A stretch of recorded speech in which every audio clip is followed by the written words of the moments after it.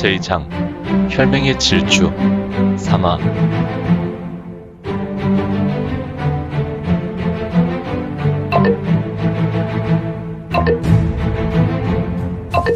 구독과 좋아요, 알림 설정 부탁드립니다.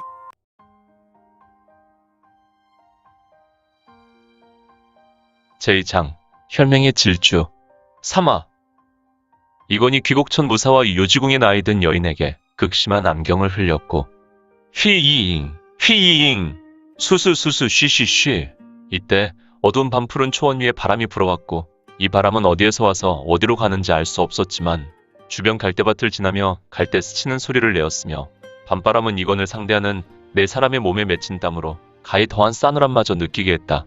녀석들, 너희들이 뜸들이니 한 가지만 묻겠다. 저기 있는 아이들은 무엇이냐? 혹시 너희들은 이 아이들마저 혈무곡이라는 곳을 끌고 가려고 하느냐? 10명의 사람들은 이건의 소리를 들었지만 이건을 향해 고개를 돌릴 수 없었다. 그들의 목뿐 아니라 몸도 꼼짝할 수 없는 것으로 보아 이들은 모두 저멸이 지펴있는 것 같았다. 이들은 다만 이건이 보이지 않았지만 목소리를 듣고는 눈동자만 굴리고 있었는데 거기 있는 새 녀석은 들어라. 좋은 말로 할 때 10명의 아이를 풀어주거라. 그러면 내가 큰 인심을 써서 너희들과 상관치 않고 보내줄 것이다. 이거는 내 사람의 움직임에 예의주시하며 귀곡천의 인물에게 당문의 식솔 무사들을 풀어주라 명했다. 그런데 3명은 이건의 말을 들었음에도 잠잠하였고 천천히 지면에서 자신들의 발을 스치고 있었다. 아무래도 이들은 이건의 명에 따르는 것이 아니라 이건을 대적하고자 선택한 것 같았다. 녀석들, 새 놈이 한 번에 움직이는 것을 보니 죽이 잘 맞는구나. 하지만 하룻강아지 범 무서운 줄 모르고 덤비는 꼴이라는 것을 명확하게 보여주마. 뿌드득! 이거는 이렇게 속으로 생각했고 마음에 결단하고 이를 뿌드득 깔았다. 호호! 허허허허. 잠시만요. 귀곡천의 장로들이여. 낯선 고인과 같은 사람을 상대로 싸움하려면 우리에게 별로 이로운 것이 없어요. 일단 저분이 어떤 분인지 확인하고 우리와 상관이 없는 분이라면 적당히 타협하고 서로 갈 길을 가는 것이 좋을 것 같군요. 호호! 허허허허. 환희 선자는 매우 끈적한 웃음을 흘렸고 귀곡천의 사자들은 이러한 선자의 말에 나서는 것을 잠시 유보했다. 아니, 선자. 저자의 목소리를 듣고도 타협을 말합니까? 저자는 음성조차 항마신공을 펼칠 수 있는 실력자로 보이오. 이 항마신공은 우리 혈맹십가와 천적과도 같은 무공임을 모르시오. 귀곡천의 사자 중에 맨 앞에 있는 인물은 다른 인물보다 신분이 더 높은 것 같았고 그는 환희선자의 제재에 은밀하게 전음을 보내고 있었다. 네, 우리는 그가 어떤 자고 어떤 실력을 갖추고 있는지 좀 살피고 상대해도 좋을 것 같아요. 상대는 보통 내기가 아닌 것 같아요. 그래요? 그렇군요. 역시 선자는 강호현자요. 호호허허허. 제가 뭘요? 두 사람은 저놈이 오가며 미소를 지었다. 이를 보고 있었던 이거는 겉보기에는 매우 여유로웠지만 이들의 작당의 어떤 낌새를 정확하게 파악하고 있었다. 이건의 입장에서 녀석들의 생각이 가관이었는데 어이, 귀신탈 뭐하고 있나? 어서 시작하지. 싸우기 싫으면 아이들을 풀어주고 사라지던지. 호호허허허. 이것들이 정말 말을 듣지 않는군. 사람의 말을 우습게 여기는데 한 번만 더 이야기하지. 이제 웃지 말고. 아, 예. 웃지 않을게요. 노련한 강호 고수라도 계속해서 상대의 지적을 받으니 환희선자는 얼굴이 조금 굳어졌다. 그만큼 낮은 음성으로 말하는 상대의 기세에 눌리게 되었다.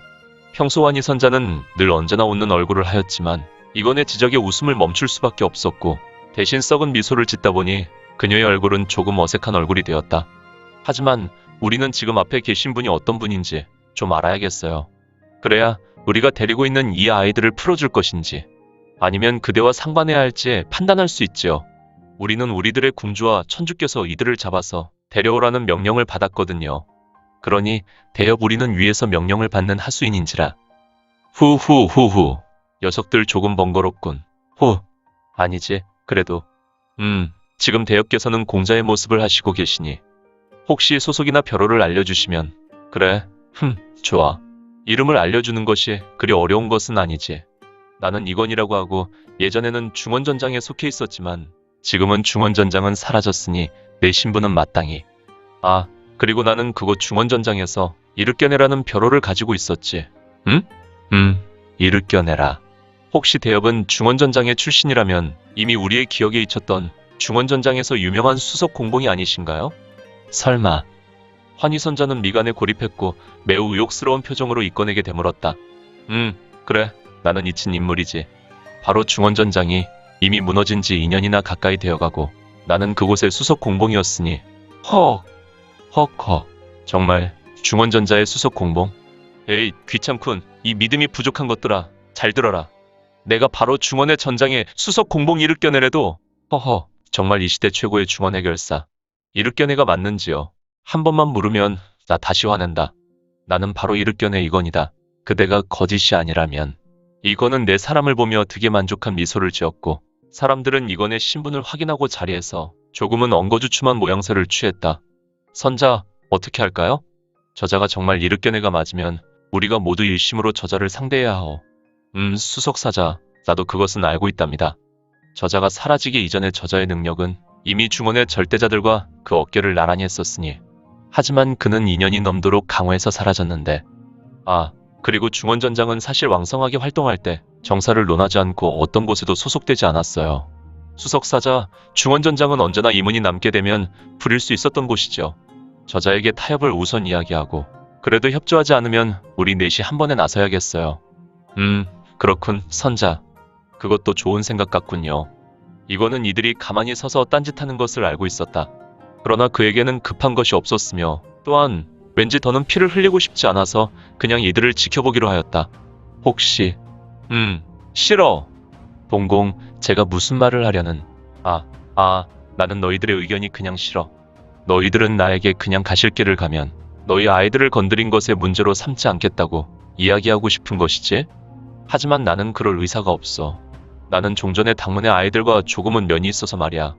그래서 나는 지금 너희들이 포로로 데리고 있는 아이들이 자유롭게 되기를 희망하거든. 그러니까 너희야말로 그냥 너희 갈 길을 가도록 해라. 무슨 말도 안 되는. 후후후후. 뭐가 말이 안 된다는 것이냐. 강호는 오직 강자전이 법이다. 너희들도 강호에서 오랜 세월 놀았다면 이런 것은 당연한 것이 아닌가? 슈. 휙. 허.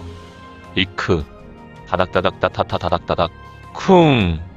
맨 앞에서 말하고 있었던 귀신 탈을 썼던 인물은 환희선자의 의견에 무조건 싫다는 말에 화가 났는지 이의를 제기하려고 할 때 갑자기 이건의 신형은 그들의 눈에서 사라졌고 이후 이건은 공간을 뛰어넘어 호련한 모습으로 나타나 정권 찌르기로 수석사자의 가슴팍을 후려갈겼는데 그는 경력이 실린 주먹질로 출수하였기에 수석사자는 뒷걸음질을 여러 번 하다가 사오장 뒤로 물러나 벌러덩 누워버렸다.